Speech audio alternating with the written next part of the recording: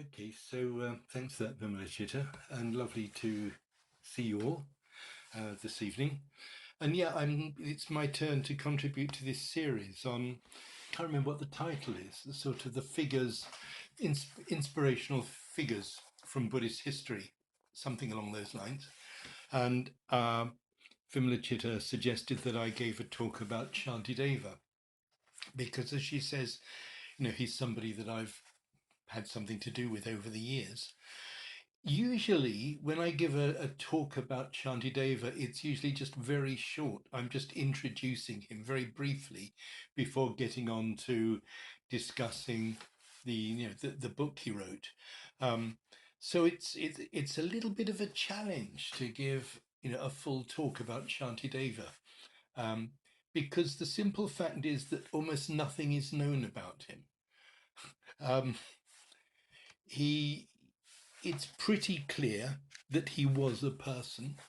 What he put together, what he wrote, really does have the ring of having been written by a human being rather than a committee, and by one person. So it's pretty clear that he must have existed as a monk in the 8th century, uh, born on the west of India in Gujarat state, that sort of area. And it's pretty clear that he lived and studied and practiced at Nalanda, this vast Buddhist university that survived for a few hundred years around his time. He was a scholar and a poet. He wrote, or it's said that he wrote 3 books. One of them has disappeared. Um, a compendium of sutras, an overview, presumably of the Mahayana Sanskrit Buddhist canon. But the Siksa, it's called the Siksa Sutra, something like that, just an overview, a compendium of sutras. That's disappeared and never been found. There is this one, the Siksa Samukaya, which unfortunately has been translated into fluent Yoda, with a sort of really weird syntaxes. It was done, I don't know, maybe getting on for around 1920. It's a very, very awkward read, but it's an overview of the spiritual life, drawing constantly on references to sutra material. And in fact, there are quite a lot of Mahayana sutras whose existence is only known of because he mentions them in that text. Otherwise they've just disappeared and have never been found. But the text he's most famous for is this one, this is one translation, the Bodhicaryavatara. I've got another one, and another one, and another one, and another one. And there's a few more downstairs which I couldn't find. Um, Probably I'd recommend this one by Skilton and Crosby. Um, but there is a good one by Stephen Batchelor, which you can actually download a PDF of from the Tibetan what is it, the Tibetan something of Works and Archives. But on their website, you can get Stephen Batchelor's translation, which I think is very good. And that's available free online. So this book, The Bodhicaryavatara, is by far his best known book. In fact, actually, until about 30 years ago, there was only one translation in English, strangely. There are now quite a few. It's had a huge effect on the development of Mahayana Buddhism. It's had a big effect on the development of Buddhism in Tibet. It's probably the Dalai Lama's favorite text, and he often leads studies and initiations in that territory.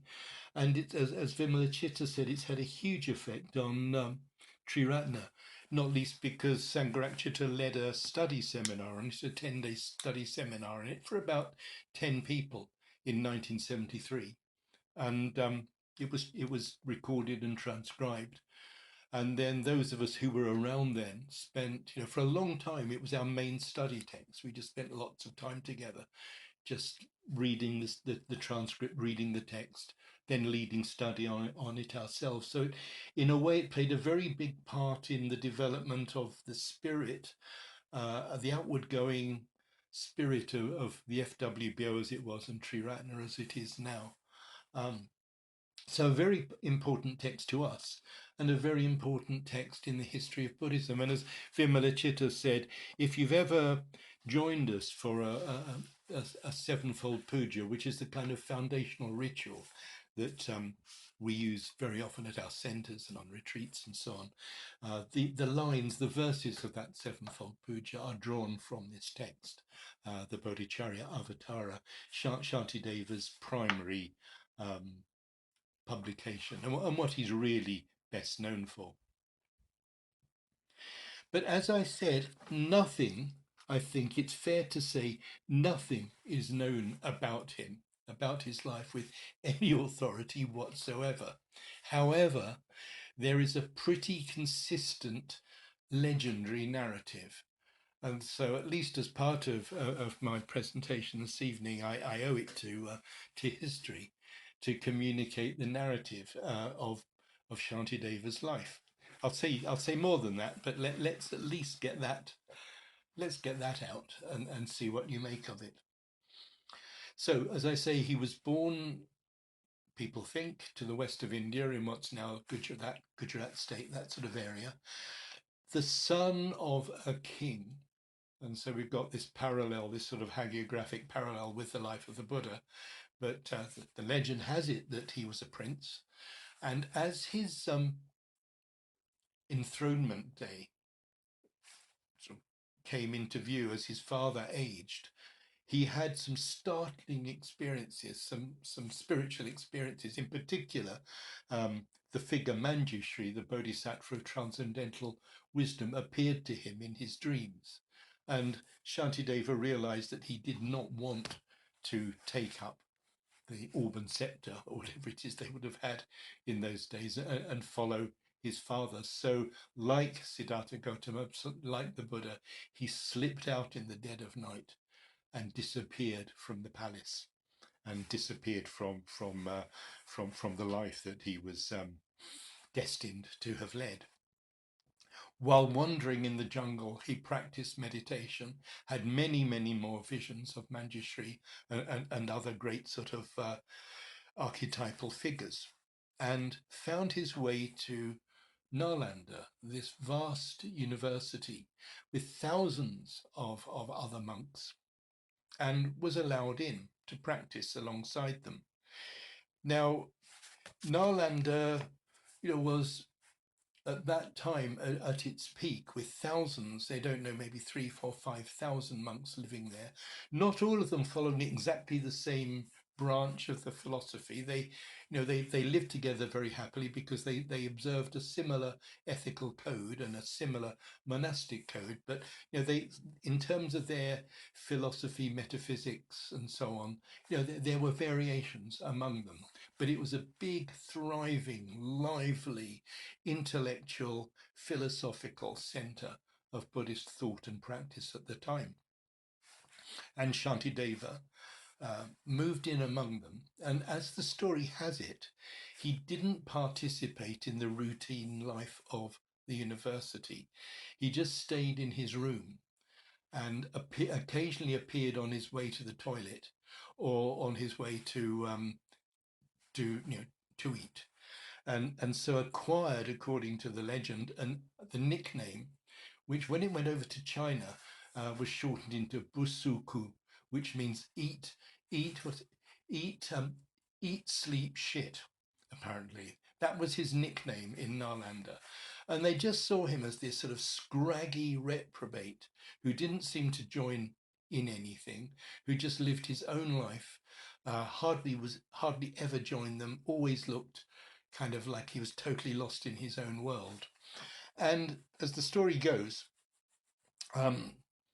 people began to talk and wonder what he was doing there. The word got around that there was this, very strange person living among them who had no business being there. Obviously, wasn't a real monk, and perhaps something should be done about it. But presumably, because of maybe the rules or the etiquette or the decency of the place, they couldn't just ask him to leave.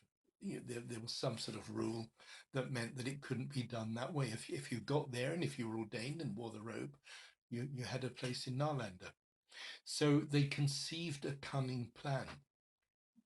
They they suggested uh, that maybe some monks would like to give a talk to the entire university establishment, to all 3 or 4 thousand monks, to give a talk on some Dharma topic, and in that way, entertain, educate, inform, inspire the whole university population.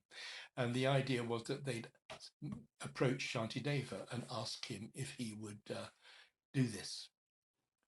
And they assumed that if they did this, he would be shamed into saying, "Oh no, I couldn't possibly do that," and he would sneak off and leave the place in the dead of night, so to avoid embarrassment.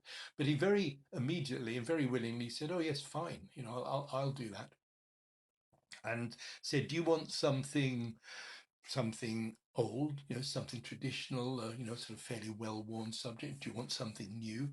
And they said, "Oh, by all means, something new, something of your own, composition." He said, "Okay." So the day came, and when they erected the stage, the pandal on which he was going to, deliver his whatever it was, his talk, his discourse, they made it so high that nobody could climb onto it. Um, and there was a throne on it that was so big that nobody could actually climb into the throne. The whole thing was set up again to embarrass him and frighten him, so that he would, just scurry away and leave them. But somewhere while the arrangements were happening and the people were assembling for the event, Shantideva just appeared on the throne.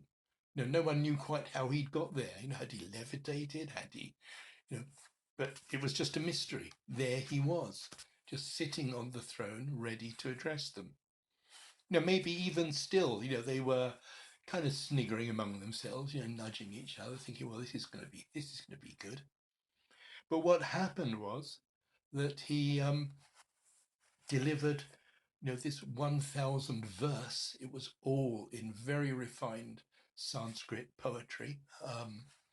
Or whatever the language was of the time, but in very refined language, uh, this total outline of the entire spiritual life, from beginning, to its goal, in the spirit of the Mahayana philosophy, and particularly in the spirit of his own subsect of the Mahayana world, the Prasangika Madhyamikas, which I'll say a little bit about in a minute. But it was this absolutely dazzling display of erudition, of knowledge, of embodiment, just breathtaking.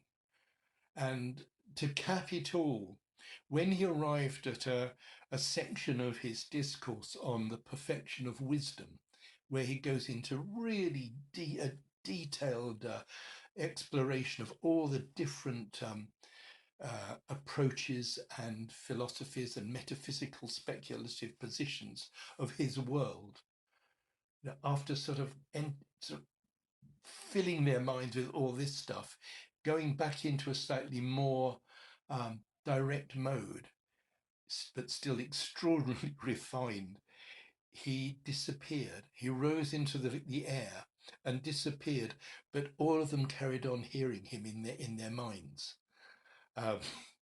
And when it was over, because it did finally come to an end in this wonderful a kind of verbal metabhavana that goes on for 100 or more verses of just sheer beautiful well-wishing in all directions. Finally, it came to an end. With these words, I'll grab this translation, which is inside out. Which apparently is Shantideva's, the Dalai Lama's favorite lines. For as long as space endures, and for as long as living beings remain, until then may I too abide to dispel the misery of the world. Now, these are the words with which he concludes, almost concludes this extraordinary disquisition that he offered. And so, in some shock afterwards, he disappeared. He'd gone, leaving this ringing in their ears. And people were sent off immediately to try and find him. And it took them years. And eventually they did find him. And it's kind of a lovely, slightly entertaining part of the story is that they had to confess to Shantideva that they didn't know whether he had given a talk in 800 or 1,000 verses. And he assured them there'd been 1,000 verses and told them that there was a roof beam in the room he used to offer where they would be able to find a copy of this. And by the way, you can also find a copy of this in my other book, and you can do what you like with them.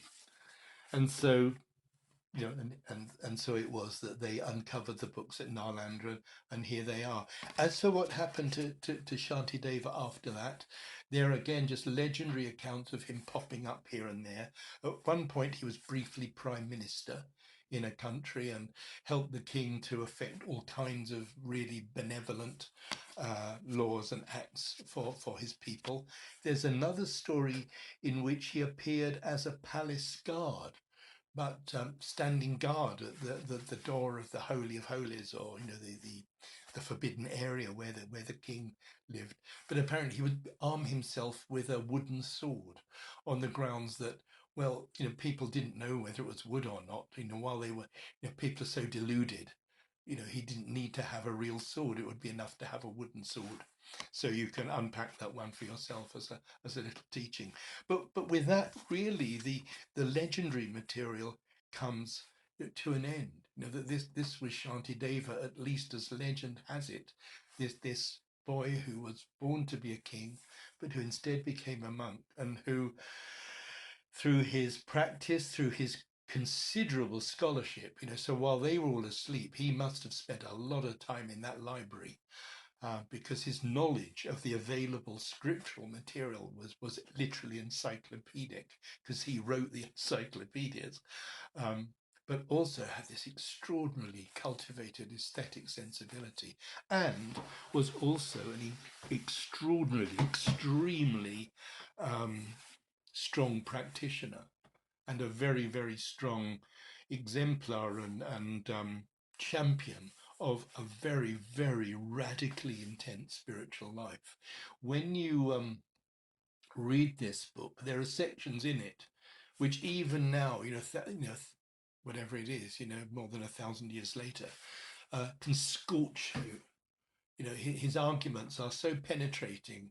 His metaphors and his parables are so effective still, even despite the fact that he is coming from a very different world with a very different cosmology, a very different take on life. He reaches us. He still has the power to reach us.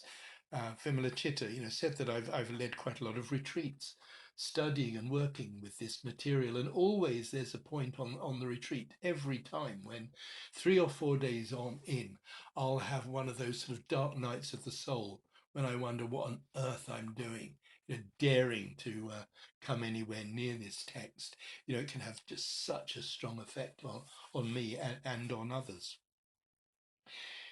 So, I'm going to say a little bit more about the book, really, and the world it came out of, because really there's literally no more to say about Shantideva that, in terms of biography, and perhaps by hearing a little bit more about the book, and maybe I hope to read you a few very short sections from it. You'll get a sense of the man, and a sense of who he was, what he was trying to say, even to us here and now. So this text, the Bodhicaryavatara, this accomplishment, this masterpiece of this extraordinary person, is a kind of synthesis, a celebration of the spiritual life. It's also a manual. I mean, it's usually translated, Stephen Batchelor translates it as a guide to the spiritual life. Some people don't, or a guide to the Buddhist path to awakening, a guide to the Bodhisattva way of life, the way of the Bodhisattva, so on. It's a manual, it's a workbook in some respects, as well as an evocation and a highly inspirational sales pitch for the Mahayana life, for the life of the Bodhisattva. Um, it's a highly synthetic work, like his other books. He has found a way of, without necessarily in this text referring to other sutras by name, there's an extraordinary knowledge crammed into those verses of the contemporary Buddhist canon. So I'll try in a pretty short space of time give a little bit of a sense of where he was coming from, what he had to say. So just going back to Nalanda in the 8th century, this university where he stayed with these thousands of monks. The university at the time, was predominantly a Mahayana world. The Mahayana being the term for what's referred to as the Great Way, sometimes talked of as the second great phase in the evolution, the development of the Buddhist tradition. It's often put across in a very cut and dried way, as if first of all there was the Theravada Hinayana world, then there was the Mahayana world, then there was the Vajrayana. I think it was all much, much more fluid than that, much more human than that.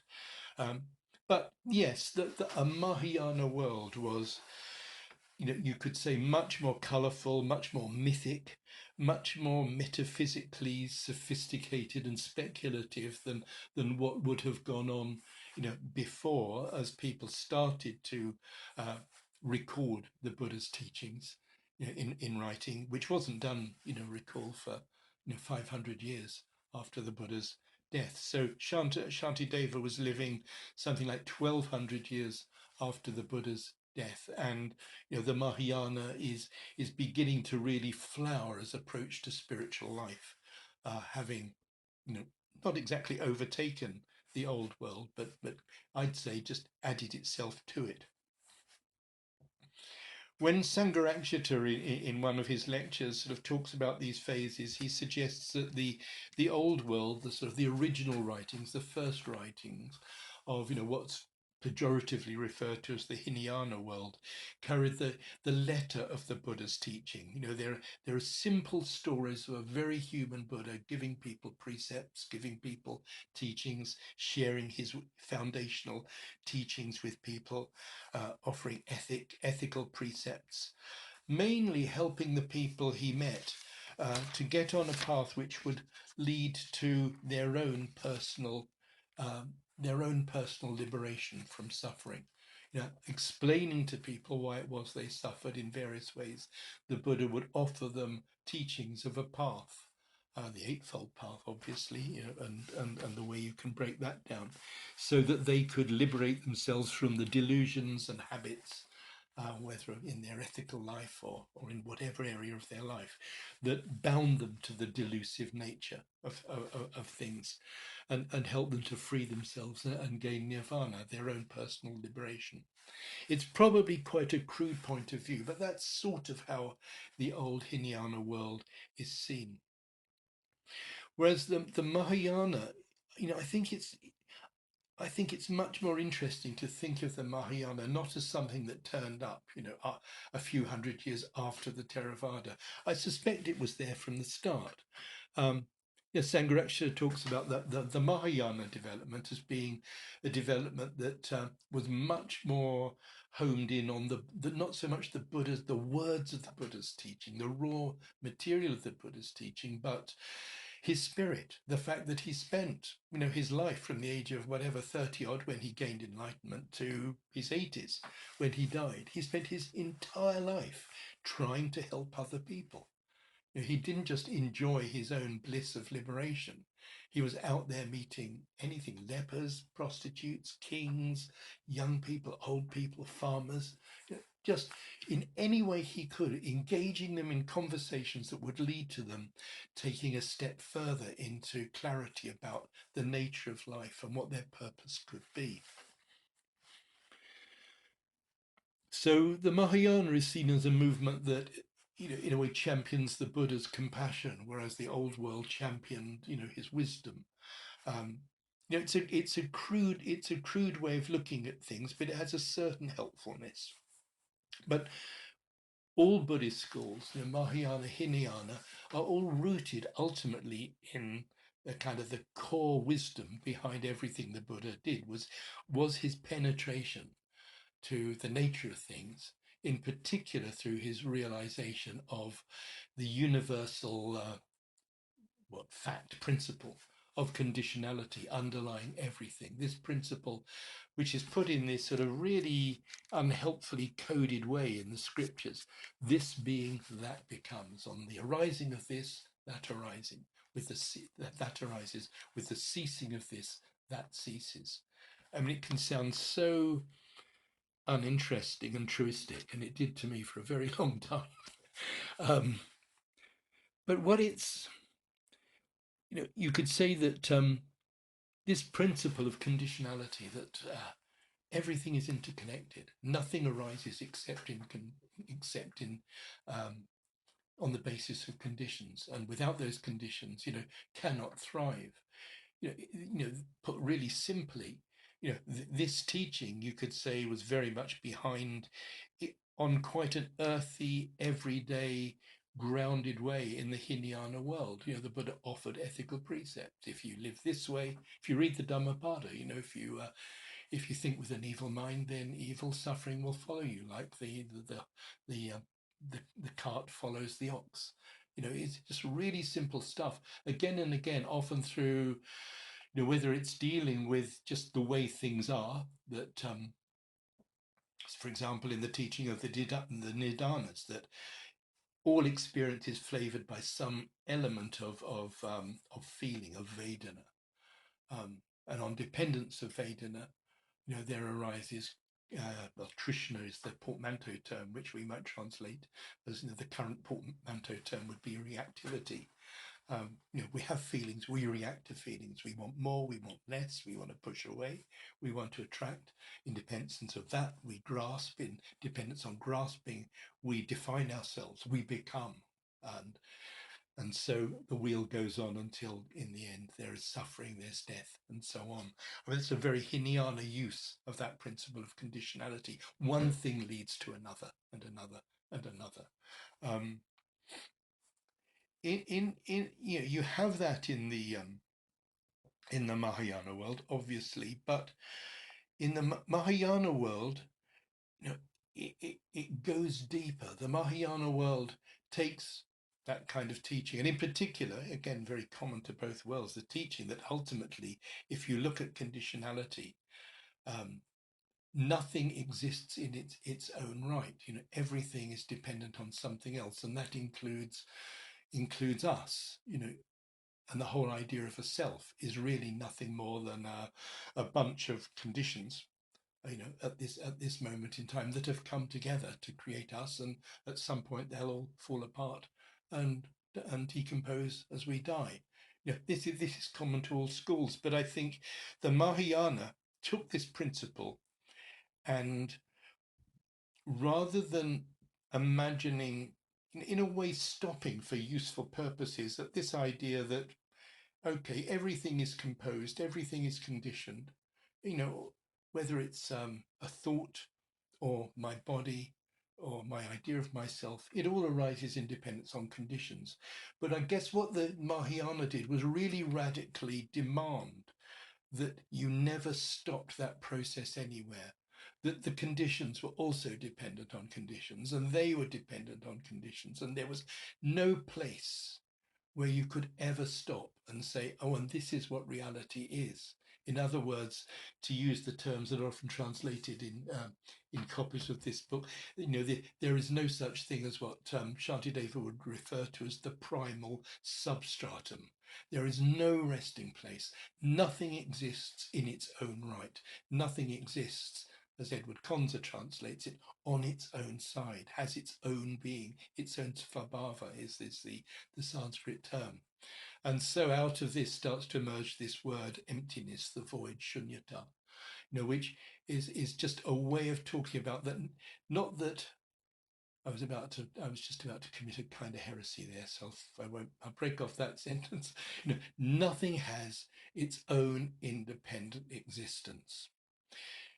And Shantideva's school really took this all the way as far as it could, and in a way, what this did, this complete deconstruction of everything, not just the world out there, not even the self, but ideas, thoughts, absolutely everything, just in some kind of flux, kind of allowed the Mahayana mind to be extraordinarily imaginative, inventive, which is why Mahayana sutras, rather than being little simple stories about the Buddha going begging and having a word with someone, create a world with millions of Buddhas teaching in millions of galaxies to billions, as numberless as the sands of the Ganges, of bodhisattvas and people listening, to the discourse. It's a completely different world, a completely different universe, the Mahayana universe. Everything is in flux, and within the flux there is only flux. Um, but because we don't see it, because people don't realize that, because we are constantly living on the basis of our delusions of ourselves, delusions of solid things, a solid world, a solid network of relational dynamics. We believe in all these things, trap ourselves in these things. Um, and so we suffer.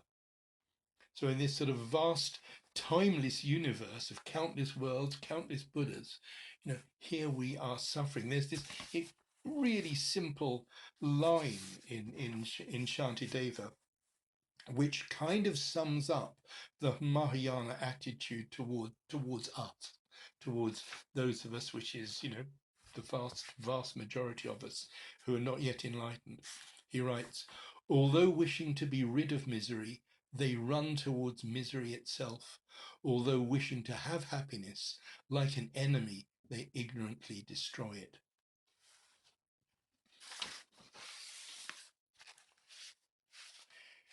So what Shantideva set out to do was to not write yet another book arguing Buddhist metaphysics, even though there's a chapter of his book which he does devote to that.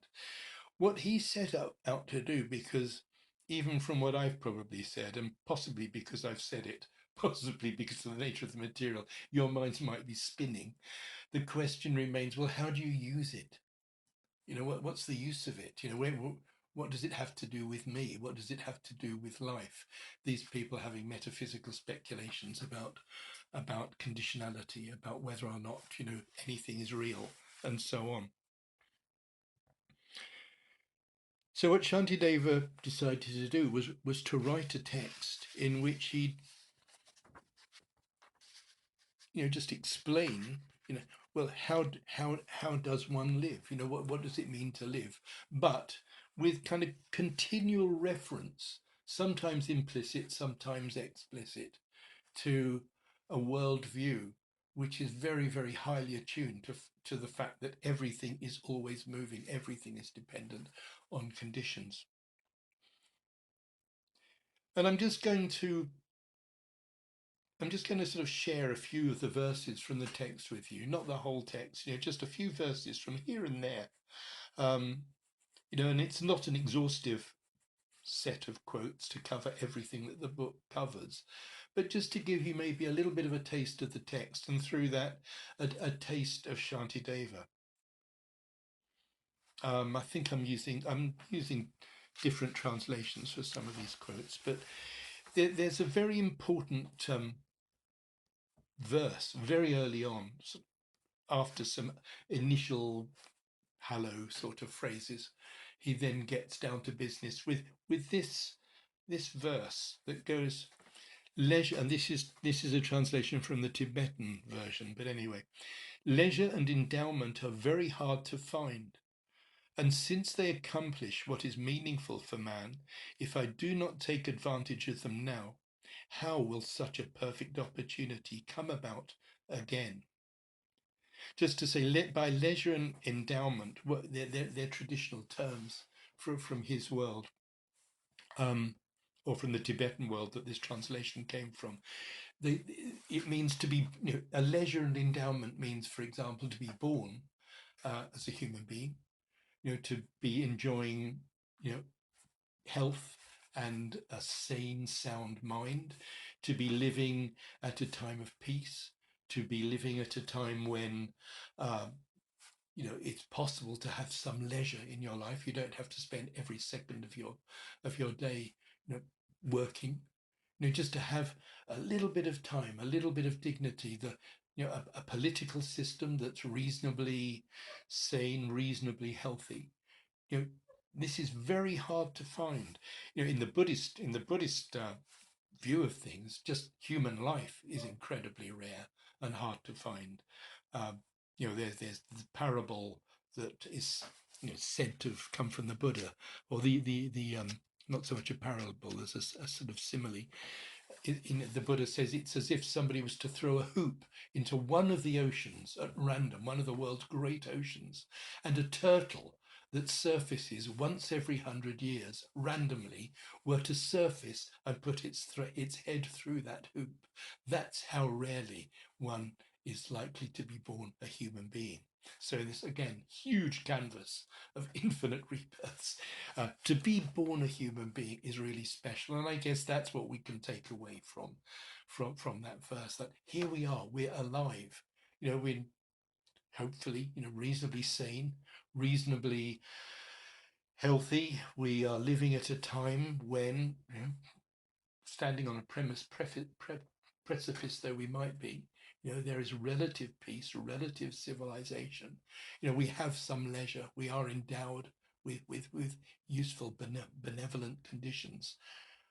What are we going to do with them? If we, do we realize that this is an astonishing opportunity simply to be young rather than old, or to be healthy rather than ill? We don't have to worry about rebirth and things, but just to be in a position where you've got a reasonably sound mind, a bit of leisure to be sitting here enjoying an evening like this. What an astonishing opportunity. How are we going to use it? Do we even realize that that's a question? So he asks, how will such a perfect opportunity come about again? So it's a kind of it's not as if he immediately follows that in practical terms. He follows it up a few verses later with a couple of other very important verses. He says, just as a flash of lightning on a dark, cloudy night, for an instant brightly illuminates all, likewise, in this world, through the might of Buddha, a wholesome thought rarely and briefly appears. Hence, virtue is perpetually feeble, the great strength of evil being extremely intense, and except for a fully awakening mind, by what other virtue will it be overcome? Okay, there are other translations of that, but what's being suggested here is that, well, here we are, but going back to conditionality, we are highly conditioned beings. You could say, following a sort of Richard Dawkins train of thought, that everything about us ultimately is selfish. Everything in our system, everything in our conditioning is attuned to be self-interested. And in a way, that's what's meant in a way by the darkness of the world. It's not like this is necessarily evil, but evil is possible in such a world where we are so prone to, we're so at the mercy of our conditioning, so at the mercy of conditioning that gets laid upon us by our societies, and so on. The possibility of evil is omnipresent. Our willingness to exploit, to be thinking, whether directly or indirectly, for our own benefit, even if we're not conscious of the fact we're doing it, is kind of there all the time. And yet, and there are other ways of interpreting these verses, but and yet, sure, there are times when we might give to charity out of guilt or out of all kinds of reasons that might ultimately be found out to be a bit self-referring. But there are those moments, maybe big moments, maybe quite often, maybe once every 10 years, when we have a thought, an impulse to do something truly, genuinely, unexpectedly, maybe shockingly selfless, you know, like a flash of lightning on a dark night. It's as if through some impulse that we experience, you'll hopefully rack your brains tonight, and hopefully you won't have to rack your brains for too long. But that moment, those times, those when you did experience that impulse and you did follow it. And it's a really interesting question. Where did that come from? Where did that impulse come from? What's it telling me about myself? That such a thing is possible. It's possible, and I can certainly relate to this. Almost if it, in some, I almost at the time I almost couldn't recognize myself when something like that happened, almost like that. And I think this is what Shantideva's getting at here. These moments, there is this clue we get. Like I say, I mean, maybe I don't want to over-egg it. Maybe it happens to some of you regularly, twice a day and 3 times on a Saturday. That you have that experience of being almost like outside yourself, as if another part of you is acting. Through the might of Buddha. I mean, that's quite an interesting translation. He's put that's translated in various ways, but it's almost as if it's saying, and this is how I'd like to see it, is like almost through the very nature of the reality that we don't have a self. Every now and then, reality expresses itself. It's not even, it's not like a quality of ourselves. It's sort of, it expresses itself through us. It's as if it's not my generosity, my quality, but it is just generosity, unobstructed by my conditioning, just comes through. And yet it came through in me. And so what do I do about that? What do I do about that? And what Shantideva does about that is devotes the whole first chapter of his book to praise for this thing, which he calls bodhicitta, the awakening mind. Stephen Batchelor translates it as, I think, the fully awakening mind. Sangharakshita tends to translate it as the will to enlightenment.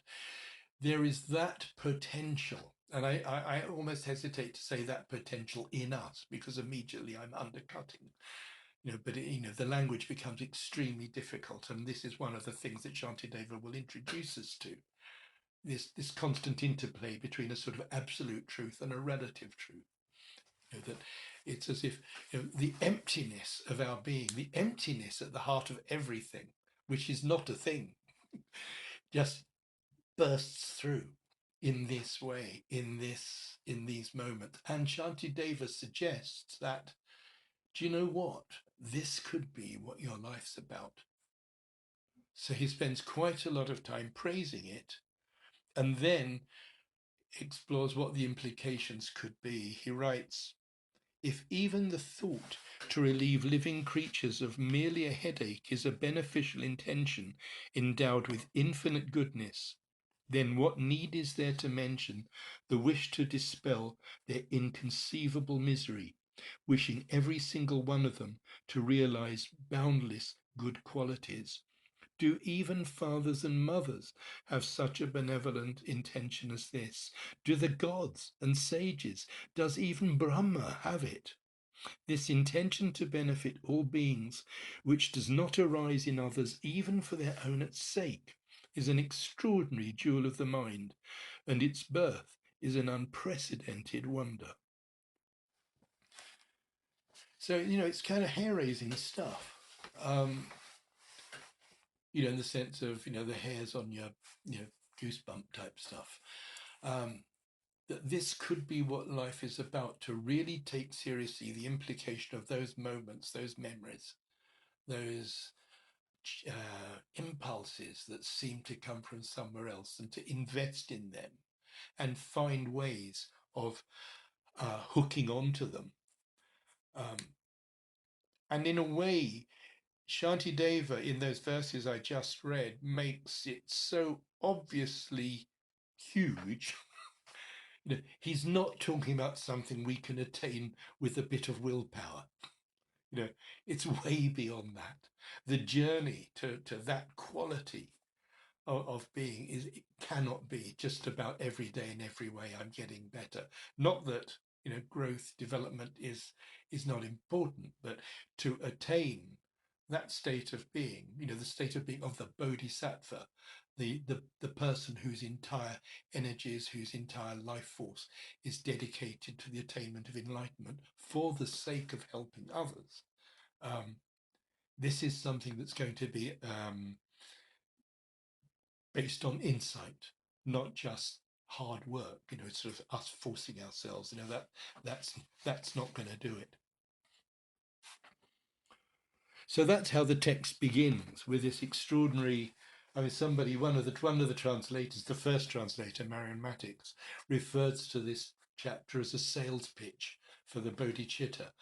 It's a lovely idea, but that's what it is. I mean, he really does, and I urge you to come across a translation and read it. He really does a fantastic job of suggesting that there is this possibility of living a life that is really true to the reality of what we ultimately are and what the universe is ultimately about. And it can be done. The gesture of the Buddha, the power of the Buddha, the Buddha, the reference to the Buddha, of course, is a reminder that there has been such a thing as a fully enlightened being. The verses that follow, the two chapters that follow, which I won't go into, they're the chapters from which our sevenfold puja is drawn, and it's Shantideva's attempt to create a ritual. I'd call it a guided meditation, even though we often do it in call and response. But it's a kind of guided meditation where he very, very astutely and sensitively guides us through a series of moods.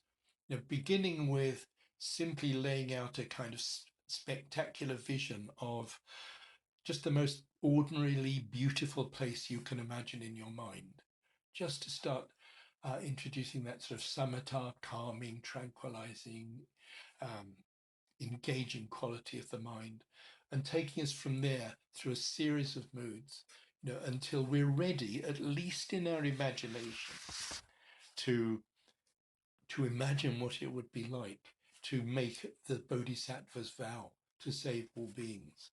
It's an astonishing piece of psychological work that he engages in over these. It's quite, it's a fairly substantial section of the text.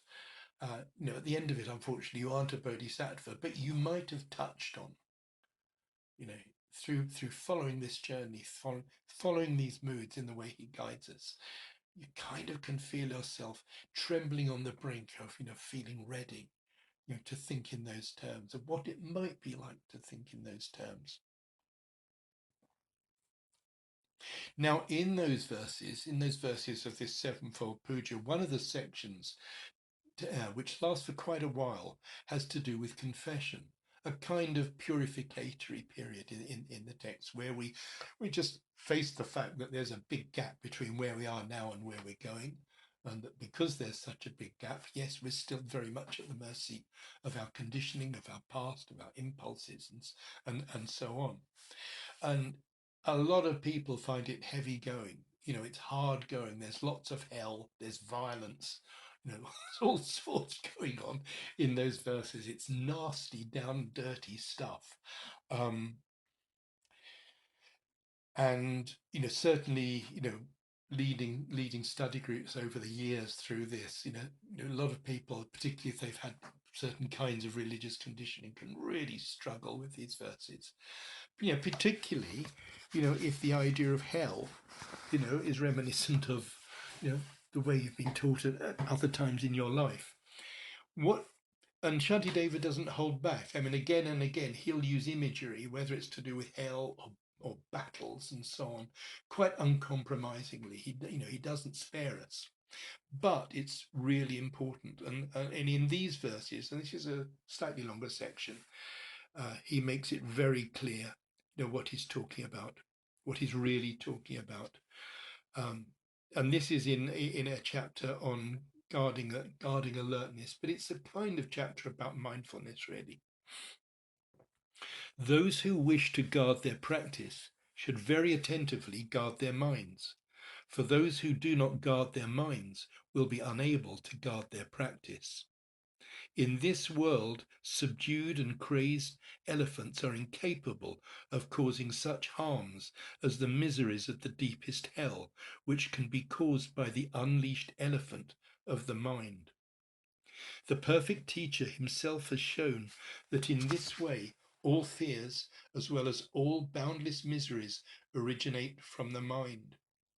Who intentionally created all the weapons for those in hell?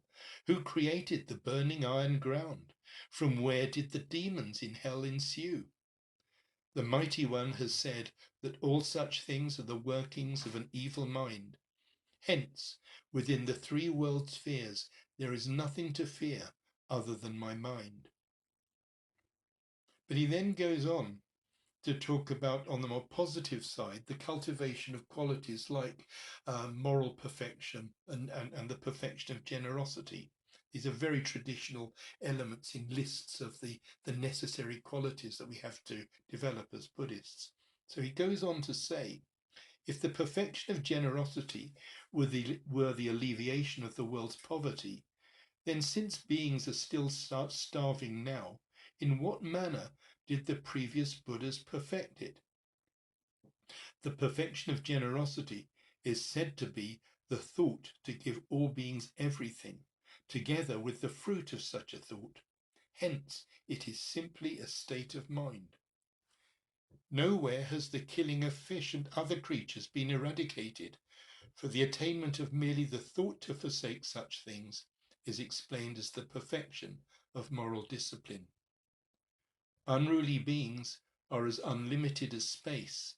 They cannot possibly all be overcome. But if I overcome thoughts of anger alone, this will be equivalent to vanquishing all foes.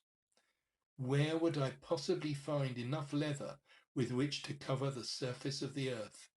But wearing leather just on the soles of my shoes is equivalent to covering the earth with it.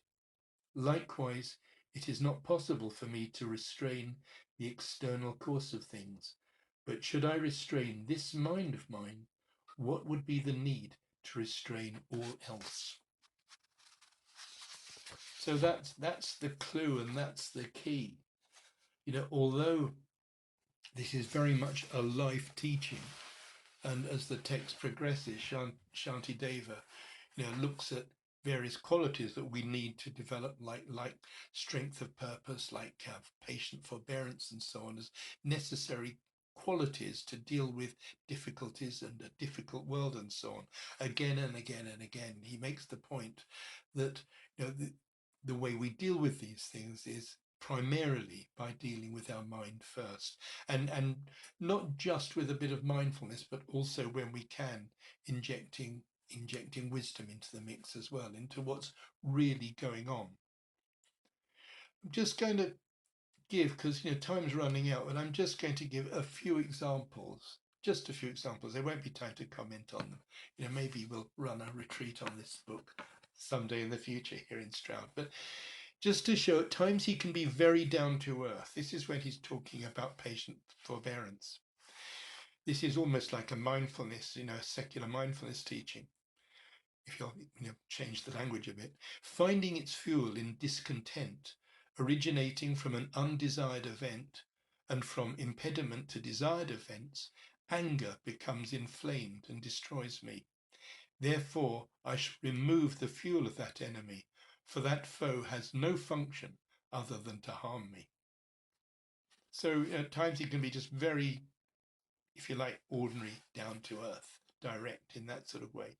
Other times, he can get quite philosophical, and again, still talking about anger, particularly anger towards people. I'm not angered at bile and the like, even though they cause great suffering. Why be angry at sentient beings who are also provoked to anger by conditions? Just as sharp pain arises, although one does not desire it, so anger forcibly arises, although one does not desire it. A person does not intentionally become angry, thinking, I shall get angry, nor does anger originate, thinking, I shall arise. All offences and vices of various kinds arise under the influence of conditions, and they do not arise independently. And then, in a way following on from this, but it's elsewhere in the text, he gets metaphysical. Thus, everything is dependent on something else. And even that on which something is dependent is not autonomous.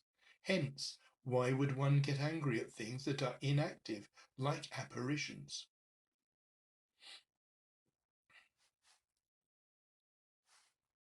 Later, when he looks, he addresses himself to, the kind of core wisdom, just a little bit of that. And this is to do with the nature of the self.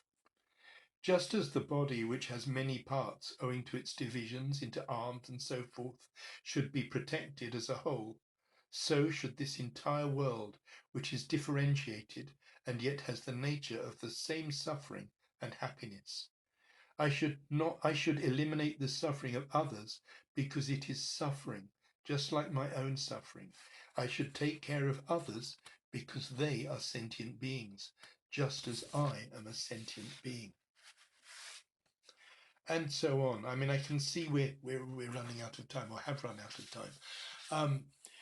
But in this way, and I really do recommend that you have a go at reading this text. As he builds his case, he cajoles, he argues, he throws common sense at you, he throws metaphysics at you. But either way, however you read it, and however much you already know or don't know, spending time with Shantideva is extraordinarily bracing, very inspiring, and I'd say, whoever he was, whoever the real person was, as I said right at the beginning, you definitely feel when you read this that he was a real human being, although he lived 1200 years ago. Um, he understands us. He understands what makes us tick, partly because it's so obvious he understands himself. He's someone who's looked deeply into himself and thought deeply about himself in relation to the core values and the core principles underlying the Dharma. With the result that, he's offered us in this book, in his masterpiece, something really quite remarkable and worth reading. So do dig it out, have a read, and then maybe one day we can go into it with more time, into more depth. Thank you so much.